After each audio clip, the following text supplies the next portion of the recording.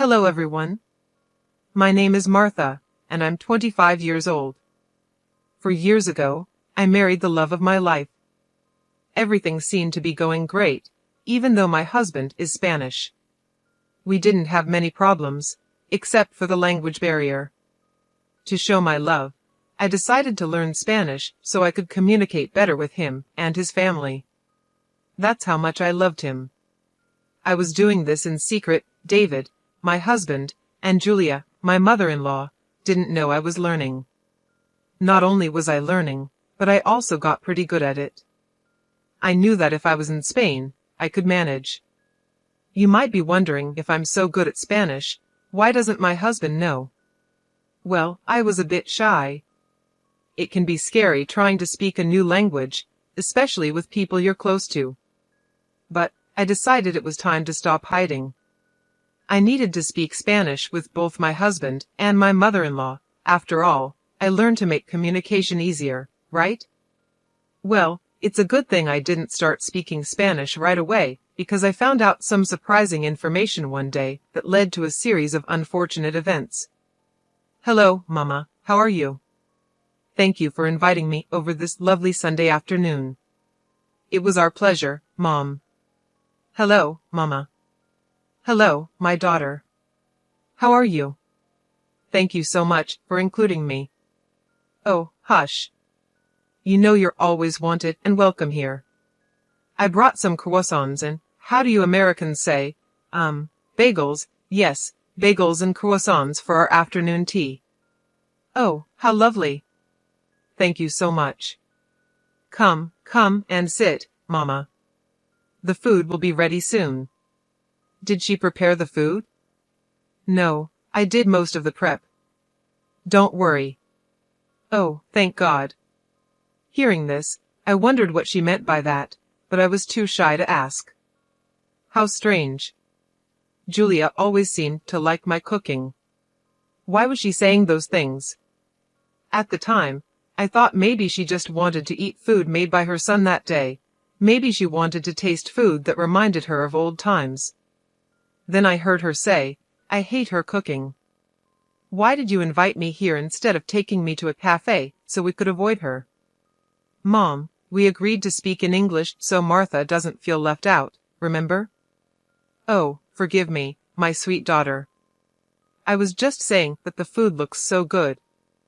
I was surprised to learn that my son made it. Oh, I wish it was you who made it. I love your cooking.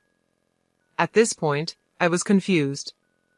How could she say such awful things in Spanish and then lie to my face in English? I thought I might have misunderstood, but I had a plan to confirm what I heard. Oh, please don't worry. You should never feel ashamed to speak your native tongue. Go right ahead. I'll be fine. I wanted to catch what she was saying, so I planned to use the Google Translate app to record her and make sure I understood correctly. We all sat at the table, getting ready to eat, and what came next shocked me to the core. I want us to discuss our plan. The time is approaching. It's literally tomorrow. David, you have to be serious. The app, along with my Spanish knowledge, confirmed there was some plan going on, but I didn't know what it was. Mama, not now, I said. I would handle it. What are you going to tell her? Martha, darling, please pass me the sugar. She doesn't know anything about the plan. I was just going to tell her that I would be out of town. Out of town? What for? What was going on? I was so confused. I was constantly looking down at my phone to see what the app was translating. I think they assumed I wasn't paying attention and became less careful with their words, which was good for me as I was learning their true feelings. She's not too smart, look at her, glued to her phone. We can talk about this now. Okay, Mama, fine. What do you want to discuss? The plane is leaving at 2 p.m. Are you sure you'll be able to escape her then? Escape me? What for? I was so confused, but I stayed calm and pretended not to understand so I could plan my next move. Yes, Mama, I know. I will do what needs to be done. I know how important this is. It is extremely important. If your great-uncle doesn't see us tomorrow, he will give the house to someone else, like your cousin or your aunt. We can't let that happen. No one needs to know about this house. Oh, Mama, you're so funny. Don't worry. I just said that in English so she doesn't suspect what we're talking about. Who? Martha, yes. Oh, sorry, my love. I was just asking who made this delicious tea. It's splendid. Oh, that would be your talented son. I'm afraid I'm not as good as he is when it comes to these things. Oh, darling, your food is amazing, amazingly terrible, Mom. She will catch you. She can't catch me, she's too stupid to understand us. I don't know, Mom. She obviously understands some basics, I think. Let's see. Martha, how much Spanish do you know? At this moment, I knew I had to lie. I said I didn't know much so they would keep exposing themselves, and I could keep learning their true colors. How I managed to stay calm while being insulted still amazes me. I guess I knew it was more important to handle this situation than to get emotional. Right then, I said, "Oh, I'm still very bad at Spanish. I only know the typical things like buen dia and como te llamas, but that's it." "Oh, that simply won't do, darling. You should learn some more Spanish." "Yes, ma'am, I will." "Well, it's a good thing for David and me, as we can gossip about you. I'm just, how do you say, kidding with you. Me Quinho. We would never do that to you. Are we doing it right now?" "Yes, which makes this extra funny." They laughed, and I kept using Google Translate. I also checked other apps, websites, and forums to see if what they were saying was correct. I got about 99% confirmation from these sources. Now that I knew they clearly didn't like me and were making fun of me, I had to gather as much information as possible, even though their insults were hurting me. The next thing I heard shattered my resolve. As I was saying, this house is extremely important. No one can know about this house, okay? We need to be the only ones knowing, because we could make a lot of money. We can't lose this opportunity. I'm so glad we're doing this. It's a good thing we didn't tell my wife, because I don't want to share the spoils. Me neither. Everything needs to go smoothly. Your great-uncle Peter said that whoever contacts him first about this issue will inherit the mansion. So we need to go there physically before anyone else and start working on remodeling and improving the house. I can't wait to have a house in New Hampshire. This is where I'll go to escape my wife and my life here in Mississippi. Sometimes I can't stand her, you know? You're still young, way too young to be married to someone like her. Come and live with me in New Hampshire. You can enjoy your youth with women and booze, have a good time, and then settle down when you're ready. Let's leave this place. Honestly, Mama, I think you're right. I couldn't believe what I was hearing. I felt tears welling up. Excuse me, what's wrong? Is everything okay? Yes, I just need to get something from the kitchen. I couldn't listen to them anymore. I needed to collect myself and not make a scene. How could they say those awful things with me right there in the room? Did they have no shame? I was so upset. I began pacing up and down the kitchen, and then I saw my mother-in-law's purse sitting on the counter. I decided to look inside and take her phone. Luckily, it was unlocked. I opened her WhatsApp and sent Uncle Peter's number to my phone. I quickly deleted the text from her phone so it looked like nothing happened. It felt like I was acting on instinct. I didn't know why I did it, but I was glad because I was now planning to get back at them. I returned to the dining room, where the conversation was still going on. So, tomorrow we leave for the vacation. I think it's well deserved, because of all the hard work we've been doing. I second that. We deserve this break. Is everything okay? Yes, honey, We were just talking about the weather and how it's a perfect day to go relax somewhere. Would you like us to do that? Maybe not today. Oh, okay. When would you like to go then? Maybe tomorrow. Both Julia and David froze slightly. I was looking for their reaction and noticed it. I don't think tomorrow would be possible. I asked to help me with some things around the house. Oh, what things? Why is she asking so many questions? Just to move things around. I can help too if you like. That won't be necessary. See how nosy she is being? I don't like it one bit. Do you see why you have to leave this place? Don't worry, Mama. I've got this handled. I still managed to keep a smile despite knowing what they were saying. I was looking forward to my plan for revenge. I continued recording their conversations until the very end to make sure I had all the details. As I mentioned before, my Spanish was getting pretty good, but I still wanted to make sure I got the right information. That night, I snuck away from the bedroom and went to the office to do some more investigating. I replayed the audio, and sure enough, my doubts about my accuracy were gone.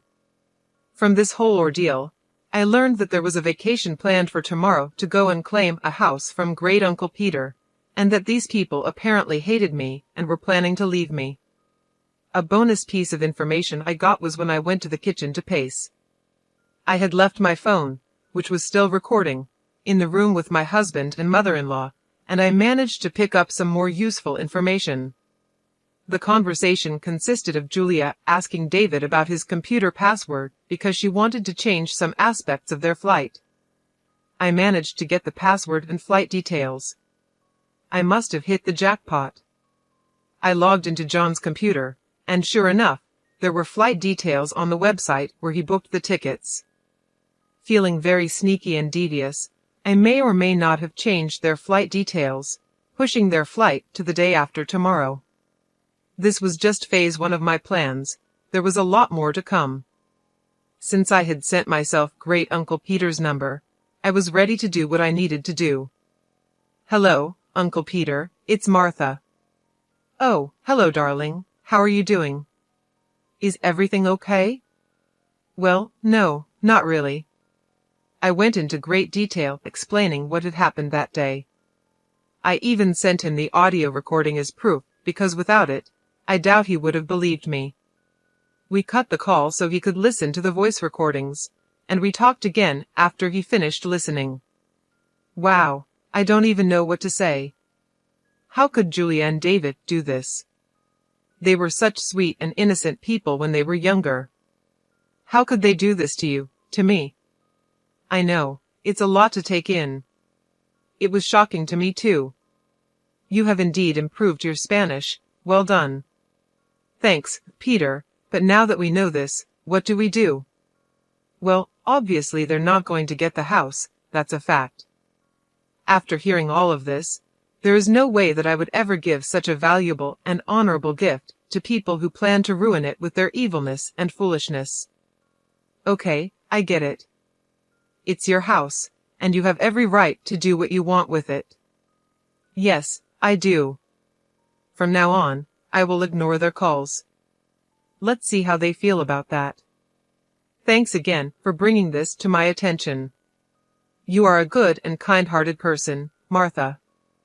Please don't let the ugliness of this world change you. Thank you for your time and willingness to listen. Hearing what you heard today couldn't have been easy. I applaud you for your strength. Please take care, Uncle Peter. You too, love. Good night. With that, I knew I had secured the downfall of both Julia and David. Now that everything was set, I just had to wait for the right moment to make my move. When I got back to the bedroom, David was still fast asleep. It hurt to know that my husband, whom I loved dearly, would treat me this way. I didn't know he felt all those things, and maybe if we had talked, we could have found a solution, but he chose to be deceitful. I took his phone and turned off his alarm. Without it, he would surely oversleep, and that's exactly what happened. I packed my things and went to a hotel for the night. I couldn't stay in the house with someone like that. The next day, absolute chaos ensued. I'm sure David woke up to 100 missed calls from his mother and was frantically packing because he hadn't packed the day before. I suspect this because I got a call from him at 1 p.m. Where the hell are you? Why didn't my alarm go off? And why aren't you here? Oh, I decided to take a little vacation day for myself. Oh, that's nice. A little heads up would have been appreciated, though. Yeah, likewise. What do you mean, likewise? Anyways, that doesn't matter. I'm running late for my flight, my meeting with Mom. Why are you in such a hurry? I'm sure she wouldn't mind you being a little bit late. You don't understand. Anyway, it's fine. I won't be home tonight and tomorrow night. I've got a lot I need to do. See you later. Before I could even respond, he hung up. I'm pretty sure he was so overwhelmed that he didn't even check the proper details of his ticket, which I had changed to the next day. Through the Find My iPhone app, I saw that he made his way to the airport. Imagine waking up, rushing out of the house with only minutes to spare to make it to your flight, just to find out that it had been cancelled. I'm sure he was moving like a madman up and down that airport.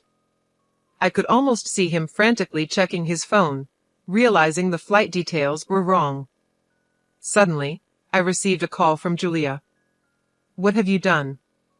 What do you mean, Julia? Drop the act. I know you tampered with our flight. If by tamper you mean change the date, then yes, that's exactly what I did. Why would you do that? I was trying to help you guys out. Didn't you say you wanted John's help with moving some stuff around? I noticed that you had the flight booked for today, the same day John was supposed to help you, so I decided to change some things. You're welcome. David, come and talk to your wife before I reach through the phone and strangle her. David grabbed the phone. Listen here, Martha. I don't know what you've done, but whatever it is, stop it right now. Uncle Peter still isn't answering his phone. Try again, Julia said, her voice shaking with frustration. He isn't answering his phone because he doesn't want to speak with you, I replied calmly. You can understand us? David asked, sounding shocked. Every last word. But how?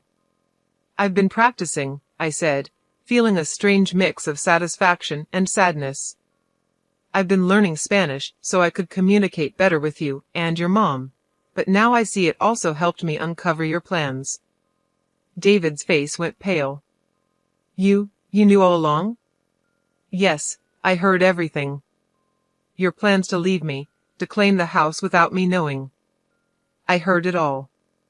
David and Julia were silent. I could hear their heavy breathing over the phone, the shock and fear evident in their silence. So, what now? David finally asked. Now, you deal with the consequences of your actions, I said. I already spoke to Uncle Peter. He knows everything. You won't be getting that house. But, Martha, you don't understand, David pleaded. We had no choice.